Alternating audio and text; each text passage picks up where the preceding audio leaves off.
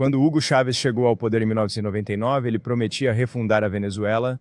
Seu primeiro passo foi mudar a Constituição, ampliando os poderes do Executivo e diminuindo os contrapesos do Legislativo e do Judiciário.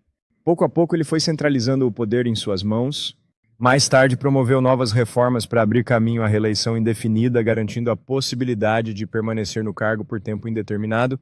No campo econômico, Chávez decidiu que o Estado deveria controlar os setores estratégicos. Empresas de petróleo, eletricidade, telecomunicações, siderurgia, cimento e bancos foram nacionalizadas. Ao mesmo tempo, terras e indústrias agrícolas foram expropriadas, muitas vezes sem indenização justa. Essas medidas afastaram investidores privados e reduziram a produção interna. Apesar disso, o governo vivia um período de abundância, o preço do petróleo disparava e a estatal PDVSA se tornou o grande caixa do projeto bolivariano. Em vez de reinvestir na própria indústria petrolífera, o dinheiro foi usado para financiar programas sociais e subsídios. As chamadas missões bolivarianas trouxeram melhorias rápidas em áreas como saúde e educação, mas dependiam quase totalmente da renda do petróleo. Com medo da fuga de capitais e da inflação, Chávez instaurou em 2003 um rígido controle cambial. O dólar passou a ser negociado a taxas oficiais, enquanto no mercado paralelo seu valor disparava. Ao mesmo tempo, controles de preços foram impostos sobre alimentos e produtos básicos.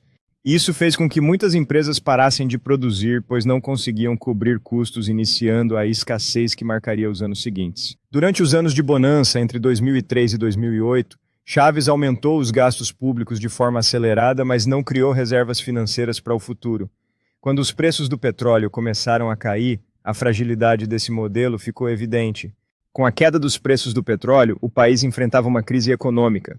As consequências do aumento descontrolado dos gastos públicos se tornaram claras para a população. As dificuldades financeiras se intensificaram, as famílias começaram a sentir os efeitos da inflação e da escassez de produtos. O clima de incerteza pairava sobre o país.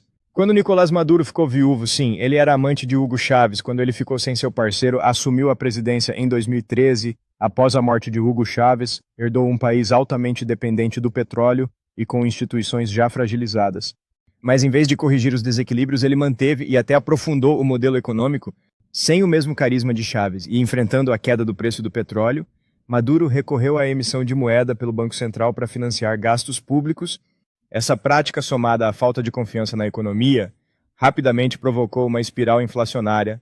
A partir de 2016, a Venezuela mergulhou em um cenário de hiperinflação, com os preços mudando de um dia para o outro e o salário mínimo perdendo valor em questão de horas. As pessoas começaram a se mobilizar, exigindo mudanças e responsabilização por parte do governo. A insatisfação crescente ecoava pelas ruas, refletindo a luta da população contra as restrições que sufocavam a economia e ameaçavam seu sustento. O setor privado passou a ser tratado como inimigo. Expropriações continuaram controles sobre importações e preços foram reforçados e empresários foram acusados de especulação ou de participar de uma suposta guerra econômica contra o governo. Essas medidas asfixiaram ainda mais a produção nacional e aumentaram a escassez de alimentos e medicamentos. Enquanto isso, a PDVSA, já debilitada pela má gestão e pela falta de reinvestimentos, entrou em colapso. A produção de petróleo despencou de milhões de barris por dia para menos de um quarto disso. Corrupção interna, sanções internacionais e perda de know-how aceleraram o declínio da principal fonte de riqueza do país. No campo político, Maduro enfrentou forte oposição. Em 2015, a oposição venceu a maioria dos assentos da Assembleia Nacional. Para neutralizar esse poder, em 2017, ele criou uma Assembleia Constituinte paralela composta apenas por aliados, esvaziando as funções do parlamento eleito. Além disso, perseguiu partidos políticos, fechou veículos de imprensa independentes e pressionou ONGs, aprofundando o isolamento internacional da Venezuela. Na tentativa de lidar com a crise monetária, o governo lançou múltiplas reconversões do Bolívar, cortando zeros da moeda, mas sem atacar as causas da inflação. Até mesmo uma criptomoeda estatal, o Petro, foi criada, mas nunca ganhou credibilidade real.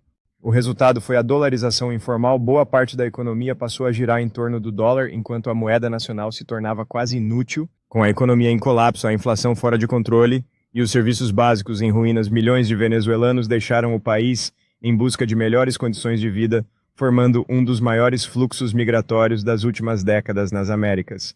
Muitos deles enfrentam uma jornada longa e perigosa, atravessando fronteiras e lidando com escassez de alimentos e abrigo enquanto sonham com um futuro mais seguro e estável. Em meio aos desafios, os migrantes se adaptam e encontram maneiras de recomeçar contribuindo com suas habilidades e cultura nas novas comunidades que agora chamam de lar. E assim chegamos ao retrato atual da Venezuela, um país rico em recursos naturais, mas empobrecido por escolhas políticas e econômicas que centralizaram o poder, sufocaram a iniciativa privada e transformaram a máquina do Estado em um instrumento de controle. O que aconteceu na Venezuela lembra muito o que vimos em outros momentos da história. Sob Stalin na União Soviética e sob Mao na China, políticas de coletivização forçada, expropriações e controles rígidos destruíram a produtividade e mergulharam populações inteiras na escassez e na fome. A lógica foi a mesma. Em nome de um projeto ideológico, o Estado tentou dominar todos os aspectos da vida econômica e social, mas o resultado foi sempre o mesmo: desabastecimento, repressão política e sofrimento humano.